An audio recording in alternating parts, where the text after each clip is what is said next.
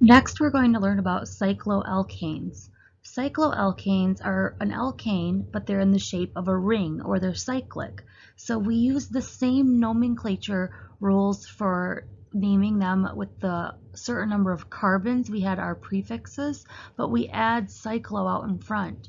So 3 carbons in a ring is called cyclopropane. 4 carbons in a ring is called cyclobutane. 5 carbons in a ring is called cyclopentane. And moving on, you could continue and keep going up of our alkanes. 6 carbons in a chain would be called cyclohexane. When you have substituents on a ring, we have to determine if it is the chain or the ring that's going to be the parent, which will determine how we name it. So let's look at 2 examples. Here we have a substituent coming off of our ring. Our ring has 1, 2, 3, 4, 5, 6 carbons in it. And our substituent coming off has 1, 2, 3 carbons coming off. So in this case, because the ring has more carbons, that would end up being the parent. And then the substituent, the chain coming off, we would number it that way. So this would be propyl cyclohexane. We don't even have to use any numbers or anything for something like this because there is just one substituent coming off the ring, and any position would be assumed to be number 1 where that substituent is at. Now compare that with this example. Here our ring has 1, 2, 3 carbons in there, and the chain coming off has 1, 2, 3, 4 carbons that it's made up of. So in this case, the chain or the branch has more carbons. So that becomes the parent, whereas the ring coming off of there can be named as a substituent. So 4 carbons we learned is a butane, that's the alkane name. And so at position number 1, coming off of our butane, we have this ring. And now we're going to name the ring as a substituent. So this is called cyclopropyl. Notice it's not cyclopropane. It ends in YL there because it's a substituent and not the parent, whereas butane has the ANE ending here. And it's said to be 1 cyclopropyl because that is coming off at position number 1. So we identified the position of the substituent on the chain just like we would have for a chloro group or a fluoro group or basically anything, a methyl and ethyl. But with rings, we didn't have to indicate a number here. So notice there's no number there listed because if there's only one group coming off of a ring, it's always assumed to be at position number 1. So let's go through all the steps you should do when you're going to name something that has a cycloalkane in it. Number 1 is count the carbons of the ring and the chain to determine what the parent is. The parent is determined by the one with the most carbons. So in this case, just draw an example here. We have 4 carbons, which is going to be a ring, and then coming off here, we have 3 carbons. So we have 1, 2, 3, 4. And then on our chain coming off, we have 1, 2, 3. So our parent is going to end up being the ring, which there's 4 carbons in our ring. So the parent is going to be called cyclobutane. And then we identify our substituent coming off. Our substituent right here we said has 3 carbons. And if you remember, 3 carbons is a propyl group. So this is going to be propyl cyclobutane, and usually it's written as all one word. Sometimes I leave a little space in between there just when I'm writing them so you can see what I'm writing. Either way, it's fine. Number 2, the substituents of the ring should be numbered so that they have the lowest numbers possible. So let's look at an example and 2 different ways that we could go about numbering this for now. So if we start on the left and we go 1, 2, 3, 4, 5 around our ring, we have 5 carbons, so this would be cyclopentane. Notice the cycloalkanes still end in ANE. They're still alkanes. In this numbering, we have a substituent at position number 1, and we have a substituent at position number 3. So at number 1, this is called an ethyl group. It's an ethyl group because it has 1 and 2 carbons coming off of it. At position number 3, this is called a methyl group because there's only 1 carbon coming off, so 1 CH3 group. The other way that we could have decided to number this is we could have went 1, 2, 3, 4, 5. And so in that numbering, we would have had a group at position 1, and the other group would have been at position 4. So the ethyl's at 1, the methyl's at 4. So we either have 1, 3, or we have 1, 4. We're trying to give them the lowest numbers possible. So that means that our 1, 3 is going to be favored over our 1, 4 in terms of going around the ring and giving them numbers. So how we would go about naming this is we would have 1 hyphen ethyl hyphen 3 hyphen methyl, and then cyclopentane would be our name. So we would not use the 1, 4 numbering. The other thing that you want to do once you get your lowest numbers possible is you wanted to also try to put the substituents in alphabetical order when deciding on who is number 1 when you're starting going around the ring. So if trying to put them in ABC order violates rule number 2 and makes you have higher numbered substituents, you don't have to follow it. But if it's possible and you can, you want to try to order them in ABC order. So for example here, if we have chloro here and we have bromo here, just like last time, there's a couple ways we could go about numbering this. We could say that this is going to be number 1, 2, 3, 4, 5. So that puts my groups at positions 1 and 3, which are the lowest substituent positions around the ring, but it puts my chloro group at position number 1. So the other way would be to start with my bromo group at position number 1, 2, 3, 4, 5. So now I still am using substituents 1 and 3 as my lowest numberings, but now I have my bromo group at number 1 and my chloro group at 3. And bromo comes alphabetically before chloro. So this is going to be the correct way to number it, and the one on the left is going to be the incorrect way. So our full name here would be 1 bromo, 3 chloro, and then we have 5 carbons in our ring, so cycloalkane. Let's try an example. Name the following molecule. So when we're thinking about how we're going to number this, we can see that there's 3 substituents coming off of this ring, and they're all in order. They're all next to each other, I mean by that. So the lowest numbers possible are going to be 1, 2, and 3. We're not going to want to go around the ring in some other way that gives us numbers other than 1, 2, and 3. But how we begin our 1, 2, and 3 now can come down to alphabetical order. So here we have 1, 2, 3, 4 carbons coming off here, and so this is called a butyl group. And butyl is going to go by B for its ABC order. And then our next one, we have 1, 2 on that one, and 1, 2 on that one. So both of these are called ethyl groups. So ethyl would go by E for alphabetical order. So in our numbering, we're going to want to start with the butyl group and go 1, 2, 3, 4, 5, 6, 7. So there's 7 carbons in our ring. So this is going to be called cyclo. And then it's 7, so heptane. And then just as before, make yourself a little list. At position number 1, you have a butyl. So you have a butyl substituent. At position number 2, you have an ethyl. And at position number 3, you have an ethyl. Now, do you remember what you can do when you have 2 substituents that are the same? You can combine them together. So we can call this 2,3 diethyl. Now, when writing them in our name, we put them in alphabetical order as well. And when you ABC prioritize, you don't look at the di for that. You look at the E. You still look at the ethyl. So we're still looking at B and E for writing them.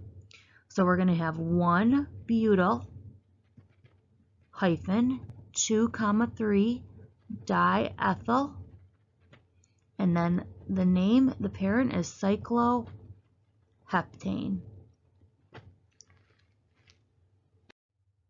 When we draw our cycloalkanes, we are drawing them on paper essentially in a 2D plane, imagining that they're flat.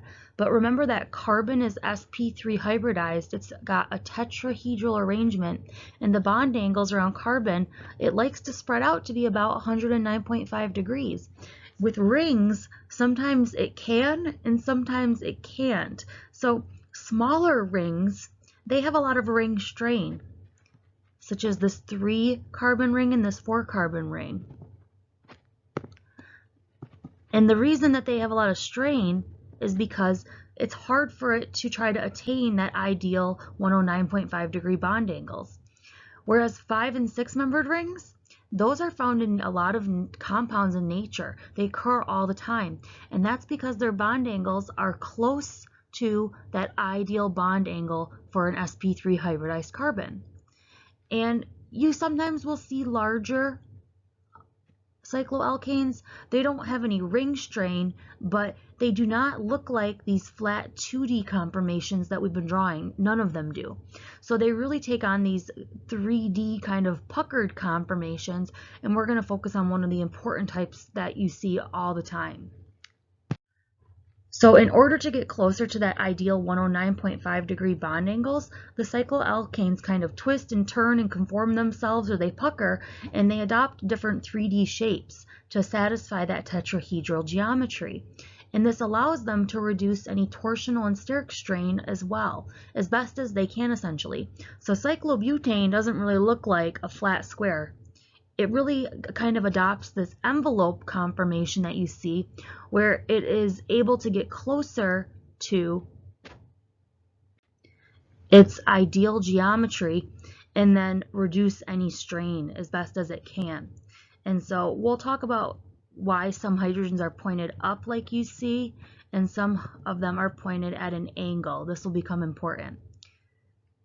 Here's another example, cyclopentane.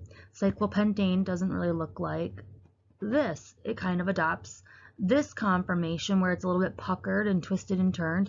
And then some of the groups, as you can see, are pointed straight up and straight down, whereas some of them are pointed in this equatorial position, which is actually like, think about it, in the equator. So we'll learn about those when we look at our next one, which is cyclohexane, and that's going to be the most important one that we study. Cyclohexane occurs all over the place, and that's because it can adopt a nearly strain-free conformation. And there are a lot of conformations of cyclohexane, but the one that we're going to focus on is called the chair. But there's other ones called half chair, called boat, called twist boat, and we're not going to really worry about those. So the chair conformation of cyclohexane is in the lower right-hand corner. And it's going to be very important that you know how to draw this and you know how to analyze this. So when we look at this, there are hydrogens pointed up with red bonds and down, and those are referred to as axial positions. And there are other hydrogens that are pointed kind of angled, and this is just how we're representing them. All of these are called equatorial. So those are more like flat in the plane with the cyclohexane ring, whereas the red ones are pointed up or down from the ring. So those two positions are very important to understand, and understand how the energies of them impact the molecule. It's very important that you learn how to draw a chair properly. So you have to get out a scrap piece of paper and practice drawing this, and it's going to take you a little bit. What you don't want to draw is you don't want to draw the infamous bow tie structure, or you don't want to draw something like this, which is a lightning bolt. If you draw it like that, it'll be hard for you to analyze the axial versus equatorial positions. So it's easiest to use parallel lines to help you draw a proper structure. And mine aren't perfect either, but you got to get something down that's readable, and when I look at it, that you have stuff in the correct orientation. So draw yourself some parallel lines, and then draw a set like this, and a set like this, and then come up and connect to the point. So if you draw something like that, that's even, we can see where our axial and equatorial positions are. We can see where the angles are pointed up which are those three, and we can see where the angles are pointed down, which are those three. So those are going to become very important positions. And then you also want to practice drawing it pointed the opposite way. So start with your parallel lines pointed in the opposite direction, and you might have one that you can draw better than the other. And then draw one line like that, draw one line like that, and then connect and connect. So you're gonna, need to get out some paper and just practice doing this for a little while until you feel confident that you can draw in both directions the chair conformation of cyclohexane. It's important to be able to identify the substituents on a cyclohexane chair as either being axial, which is where they are parallel to the vertical axis of the ring, meaning they're pointed straight up or straight down, or being equatorial, which is where they're positioned along the equator or the plane of the ring. And so also you want to notice if they're pointed up or pointed down, or if they're angled up or angled down. It's important that when you draw things around the ring that they make sense. So at the corner here, that would be a carbon. And notice how when these two lines come together, they come together to form a point that's pointed up. So if you have a point that's up, your axial position will be directly up from there, whereas your equatorial position is pointed on an angle slightly down. If we compare that to this point right here, here we have a point that's down. So when these two lines come together, that carbon atom right there is facing downward. So when you draw the axial position there, the axial position comes straight down from there. That means that the equatorial position is on the up face of the ring, and the equatorial is always drawn at an angle, but that means it'll be drawn angled slightly up. And so anytime you have two lines that come together to form a point that's up, that's how the axial position will be. It'll be directly up from there. And if the axial's up, then the equatorial will be angled and down. If the axial is down, then the equatorial will be angled and pointed up. So it's important that when you draw the equatorial and the axial, that you're not just throwing them on there however you want. They have to be in the correct positions depending upon how the cyclohexane ring is drawn.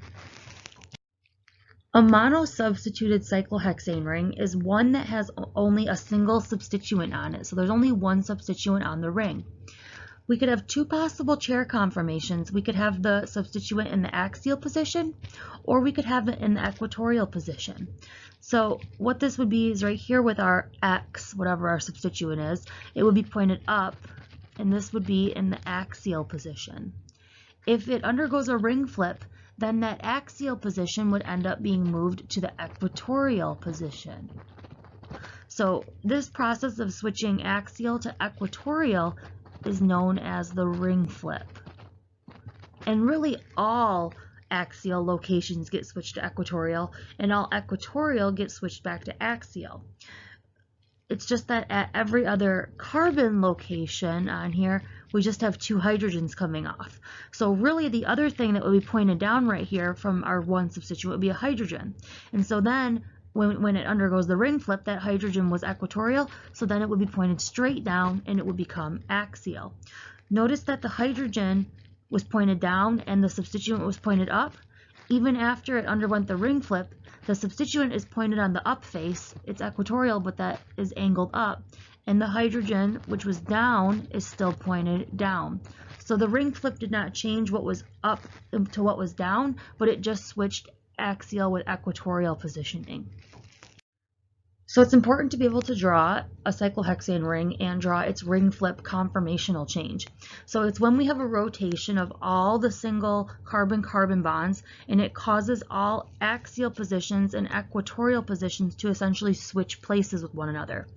And we want to be able to analyze the conformational ring flip because usually one is more stable than the other. And so it's important to be able to identify the lowest energy or most stable ring conformation. If we have two chair conformations with one another, they are in equilibrium.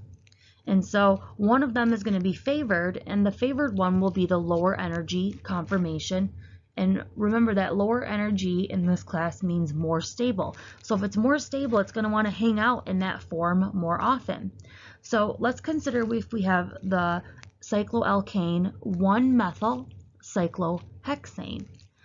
So in this case, we could first draw it if we wanted to, like our normal flat 2D projection. We have a cyclohexane ring, which is 6 carbons, and then we have a methyl group coming off. Methyl is just a CH3 group. You might recall that one of the abbreviations for a CH3 group is we just write ME to stand for methyl, which really it's not any shorter than just writing CH3. We also don't even have to write anything. If you just see that with nothing written at the end, it's just assumed to be a CH3 group there. So all 3 of those are the same way of representing a methyl group. So if we look at our 2 chair conformations of 1-methyl cyclohexane, if we look at the ring flip that takes place, first on the left we have our methyl, which is our only group that's not hydrogen coming off of here, in the axial position, and it's pointed up. And here it's pointed up still, but now it's equatorial. So notice it spends 5% of its time in the axial position, but it would spend 95% of its time in the equatorial position. That's because having a substituent in the equatorial position is much more stable. We'll talk about why that is, but basically it undergoes more strain when it's in the axial position, and essentially being in that equator, it doesn't have interactions with any other groups, and so it has little to no strain being in the equatorial position. So if a substituent can be in an equatorial position, it would always prefer to be there because it's going to be much more stable. The type of strain that it undergoes being in the axial position is referred to as 1,3 diaxial interactions, which are a type of steric strain. And so if this was our position number 1 and X is our substituent and we count around the carbon 2, 3, notice that when it's in position 1, at position number 3, there's another group there, in this case it's hydrogen, that it can have an interaction with because they're both axial. And if we had counted around the ring the other way, 1, 2, 3, back there is another group in the 3 position that it can have an interaction with, since all 3 of those groups are axial. So if something's in the axial position, it's going to have those 1,3 diaxial interactions. And so the electron clouds and the essentially atoms can overlap one another and cause that strain that you're seeing from it being in that position. But if it's in the equatorial position, those atoms in the equator don't overlap with one another because the one next to it would be down and that one would be up, or one next to it would be up while that's down. So you don't have these type of interactions and strain when you have a large bulky group and you put it in the equatorial position like you do if it's in the axial position.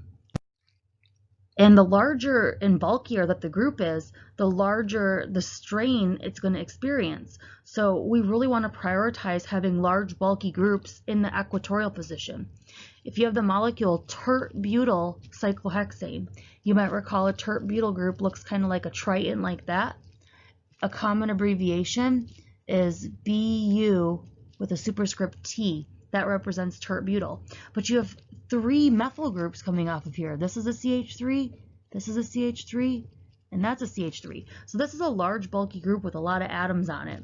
And so if we look at it when it's in the axial position, and then we have our ring flip, and over here it's equatorial, you can see based upon the equilibrium percentages, or think about them like concentrations, that it's only in the axial position 0.01% of the time, whereas 99.99% of the time that large bulky Tert-Butyl group wants to be in the equatorial position where it does not have 1,3 diaxial interactions.